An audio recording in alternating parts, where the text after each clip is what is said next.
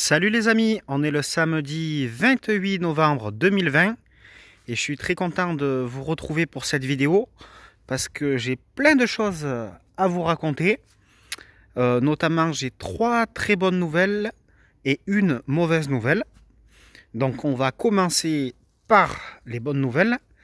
Comme je vous en parle souvent, l'objectif pour moi de ce potager et des arbres fruitiers, voilà, c'est avant tout de manger des produits de haute qualité, des produits naturels. Mais il y a aussi un deuxième objectif qui est de créer tout un écosystème pour accueillir du mieux qu'il se peut la vie sauvage. Et je vous avoue que je rêve depuis longtemps d'accueillir un hérisson ou des hérissons dans le terrain. Voilà, c'est pas évident parce que, comme vous avez pu le constater, le terrain se situe pratiquement en pleine ville, puisque du côté est, c'est que des maisons. Derrière, c'est une rue qui est très, très passante. C'est vraiment la ville de ce côté-là. De ce côté-là, on est un petit peu moins côté ville. Comme on le voit, la montagne est pas très loin. Mais entre ici et la montagne, il y a quand même tout un tas de maisons, de béton. Voilà, il y a pas mal d'anciens jardins ouvriers qui ont été bétonnés pour y creuser des piscines. Ou alors des terrains, voilà, qui sont comme celui-là, là-bas, juste après, qui est vraiment tondu et où il n'y a pas grand-chose pour s'abriter pour la faune sauvage. Vraiment pas beaucoup d'arbres non plus. Donc l'idée, c'est ici de faire un peu une mini-oasis de vie où la vie sauvage pourra venir se réfugier et vivre comme elle peut. Voilà, donc la très bonne nouvelle, c'est que j'ai découvert dans la semaine qu'un hérisson avait élu domicile sur le terrain. Donc je l'ai découvert en ramassant des topinambours. Je vais vous montrer la zone de topinambours où je l'ai découvert. Donc elle se situe ici, la zone où je l'ai découvert. Et donc je ramassais les topinambours avec ma fourche bêche. Et heureusement, je lui ai pas mis de coup de fourche bêche, je l'ai découvert avant. Et donc il s'était semi-enterré, recouvert de petites brindilles et de branchages. Voilà, pour passer la nuit et puis peut-être tout l'hiver ici. Et donc quand j'ai vu ça, j'ai tout de suite arrêté de récolter les topinambours pour pas le déranger. J'ai remis en place comme c'était les brindilles et les petits branchages sur lui. Et donc je vais pas aller le déranger pour vous le montrer, mais je dois vous dire qu'il est encore ici. Voilà, donc il est là. Je lui ai même mis un petit peu d'eau en attendant qu'un jour la mare soit en eau. Je lui ai mis une petite gamelle d'eau pour qu'il puisse se désaltérer. Et puis pour la nourriture, il est tout à fait capable, puisque j'ai vu des traces, d'aller dans les planches du potager pour se nourrir donc d'escargots, de limaces, etc., etc. Et donc ma chérie me faisait remarquer que cet été déjà, on avait entendu des bruits bizarres la nuit, comme quelque chose qui grattait très fort, justement à cet endroit-là d'ailleurs. Et donc cela m'a fait prendre conscience qu'il est certainement là depuis cet été au moins. Et donc je m'étais pas rendu compte de sa présence parce qu'il sort principalement lui la nuit pour se nourrir. Mais voilà, donc super content. J'espère qu'il va rester là, qu'il va pouvoir vivre tranquillement, sans être trop dérangé. Et pourquoi pas, peut-être qu'un jour qu'il fondera une famille. Voilà, la deuxième bonne nouvelle. Alors j'ai vraiment plein de choses à vous dire, je ne sais pas si ça tiendra dans une vidéo. Mais bon, on va essayer d'en dire le maximum. La deuxième bonne nouvelle, c'est que j'ai ramassé le plant de patates douces. Donc je l'avais planté exactement ici. Les lianes s'étaient développées 2-3 mètres vers là-bas et 3-4 mètres vers ce côté-là. Et donc la semaine dernière, donc dimanche dernier exactement, il a fait une bonne petite gelée de -2, -3 peut-être. Et donc ça a tué le feuillage. Et là je me suis dit que c'était le bon moment pour ramasser les tubercules. Et là, quelle ne fut pas ma surprise de voir la quantité de tubercules que j'ai ramassé sur un seul plant. Alors je vais vous dire, j'ai pesé, il y en a 6,6 kg. Donc j'ai complètement halluciné d'une telle quantité. Moi je m'attendais à 1 ou 2 kilos maximum. Donc si vous avez des retours d'expérience, parce qu'étant donné que moi c'était la première année que c'était un essai, que je faisais de la patate douce, si vous avez des retours d'expérience, je suis preneur. Parce que voilà, je ne m'attendais pas du tout à ce genre de rendement. Et donc je vous annonce que l'année prochaine, je vais renouveler l'expérience, même en mettre peut-être quelques plants de plus. Parce que ma chérie était super contente. Elle voulait même les cuisiner immédiatement, mais je l'ai retenue parce que je lui ai dit, chérie, j'aimerais bien que je puisse montrer ça en vidéo. Et donc, je l'ai empêché de les cuisiner pour vous les montrer aujourd'hui. Voilà ce que j'ai ramassé sur un plant. Bon, j'ai mis les œufs que j'ai ramassés ce matin pour vous donner une meilleure idée de la taille. Donc voilà, c'est vraiment impressionnant. Ces deux exemplaires-là font plus d'1 kilo pièce. Et après, tout cumulé, il y en a 6 kg 600. Je suis vraiment super content. Voilà. Je vous dirai si elles sont bonnes ou pas. Le seul souci, c'est que je ne me rappelle plus de la variété que c'était. C'est un plant que j'ai pris chez mon petit producteur de plants de légumes, chez qui je me sers quand je ne fais pas les semis moi-même. Voilà, donc super content. Voilà, pour info, c'est Monsieur Granon à Loriol-sur-Drôme, chez qui je me sers un plant de légumes quand j'achète des plants de légumes. Voilà, donc ça c'est la troisième bonne nouvelle, c'est que les arbres fruitiers, je suis allé les chercher chez le pépiniériste. Donc le pépiniériste, c'est Frédéric Cochet à Aubenas, chez qui je me suis servi. Et donc très content des plants pour l'instant. Donc je ne vous cache pas que depuis hier, je fais des trous et encore des trous. Donc ici, c'est deux qui ont encore leur feuillage, c'est des fées de joie. Là, c'est un olivier variété pointue de l'Ardèche. Et là, c'est un petit grenadier. Grenadier de la variété Wonderful. Voilà.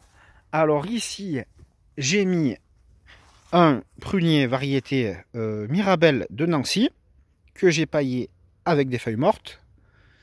Donc je l'ai planté hier. Je l'ai planté ici parce qu'il n'est pas trop loin du prunier qui est déjà en place depuis 4 ans, qui lui c'est la variété Reine-Claude dorée. Et donc j'ai rajouté le mirabellier par rapport à la pollinisation. Parce que lui m'a encore donné aucun fruit. Alors je craignais que ce soit un problème de pollinisation, bien que c'est peut-être un problème simplement qu'il est encore un peu trop jeune. Mais pour assurer le coup, et pour assurer une bonne pollinisation, je lui ai mis un mirabellier à côté, sur les conseils du pépiniériste. Voilà, donc le petit mirabellier sur un sillon de 2 ans. Voilà, donc moi je prends que des arbres sillons de 2 ans quand je les achète. Voilà, il y a juste besoin qu'il y ait ça, pas besoin qu'il y ait des branches charpentières déjà formées, parce qu'ensuite c'est vous qui pourrez décider de l'évolution et de la taille. Par exemple, si vous voulez que ce soit un arbre basse tige, et bien vous viendrez sectionner ici et les charpentières partiront juste à ce niveau-là. Si vous voulez que ce soit un arbre demi-tige, vous viendrez sectionner un peu plus haut. Et si vous voulez que ce soit un arbre haute tige, et bien vous viendrez sectionner par exemple par là. Où là, lui, il a déjà commencé à se faire des charpentières, donc il n'y aura peut-être même pas besoin de le couper. Mais vous verrez pour les autres arbres, c'est pas forcément le cas. Donc on va voir ça tout de suite. Et on est déjà à 9 minutes de vidéo et je pourrais peut-être pas tout vous montrer. Je le regrette. Donc là, on a le poirier variété curé que j'ai sélectionné par rapport à la qualité gustative des poires cuites qui sont, d'après le pépiniériste, excellentes. Cuites, crues, elles sont pas terribles, mais cuites, elles sont excellentes.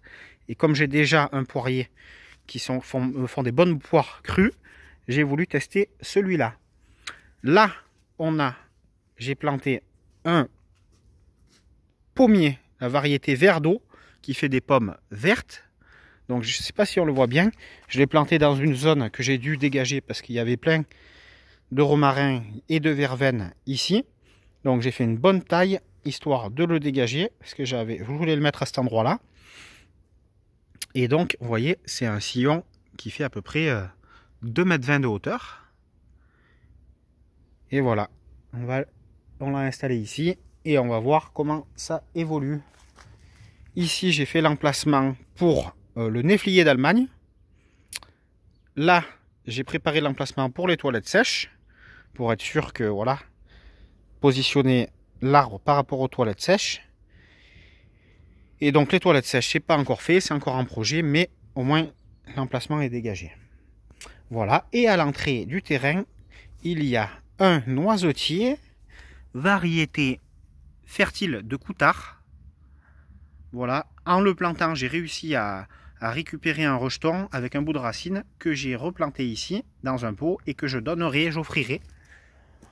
Voilà, et là, hop, deuxième noisetier d'une autre variété pour la pollinisation. Ici, c'est variété impériale de Trébizonde. Hop, voilà, pour avoir des bonnes noisettes. Donc on va tout de suite aller, sans perdre de temps, du côté de l'autre terrain, à côté de la mini forêt jardin, pour voir un peu la suite. Yes, on a réussi à se téléporter sur l'autre terrain. Donc la plupart des arbres que j'ai reçus, enfin que je suis allé chercher, que j'ai acheté donc chez Monsieur Cochet, c'est des arbres en racines nues, comme ceci. Les 4 qui étaient en pot, ben, il y en avait 4, mais les 8 autres, ils sont par contre en racines nues.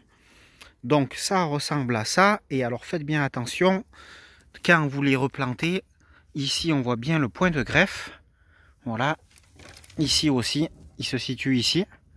Donc quand vous les enterrez, que vous les replantez, il ne faut pas enterrer en dessous de ça, sinon le risque c'est qu'il y ait des départs à partir du porte-greffe. Or ça on ne veut pas, on veut que ce soit le greffon qui parte bien. Et donc le porte-greffe, lui, il a de destination à faire des belles racines. Par contre, au-dessus du point de greffe, c'est le greffon qui doit prendre le relais. Et donc c'est pour ça qu'il ne faut pas enterrer en dessous de ça. Donc celui-ci c'est un pêcher. Et celui-ci c'est un kaki, plaque minier. Voilà, j'ai préparé l'emplacement pour le kaki, pas encore pour le pêcher. Alors la mauvaise nouvelle dont je vous parlais, c'est que j'ai un poulet de chair qui est décédé naturellement cette nuit. Donc ça c'était la mauvaise nouvelle. Donc ben, je vais faire d'une pierre deux coups. Je dois donc l'enterrer. Et donc en réalité je vais faire qu'un trou. J'ai fait un trou donc pour planter l'arbre. Le poulet malheureusement décédé, il est là, paix à son âme. Et donc je vais mettre le poulet dans le trou prévu pour l'arbre. Donc j'ai fait beaucoup plus profond que nécessaire si j'avais pas dû enterrer le poulet. Donc je vais mettre le poulet au fond du trou. Je vais venir recouvrir un peu complètement, je vais venir le recouvrir complètement de terre. Voilà, bon je vais pas tout faire devant vous parce que sinon ça va être trop long, mais il n'y en a pas pour longtemps. Je vais venir le recouvrir de terre et ensuite de à peu près 5-10 cm de terre, et ensuite je vais venir planter l'arbre dans le reste du trou. Voilà, donc le poulet il était prévu pour nous nourrir nous directement. Malheureusement ben, ça ne sera pas possible, mais il va quand même nous nourrir indirectement, puisqu'il va fertiliser le sol qui se situera au niveau du trou de l'arbre, et donc l'arbre va avoir plein de nutriments suite à sa décomposition, et donc c'est l'arbre qui nous nourrira. Voilà les amis, on est déjà à 14 minutes de vidéo, je dois vous laisser. Je vous souhaite un excellent dimanche et à bientôt pour une prochaine vidéo.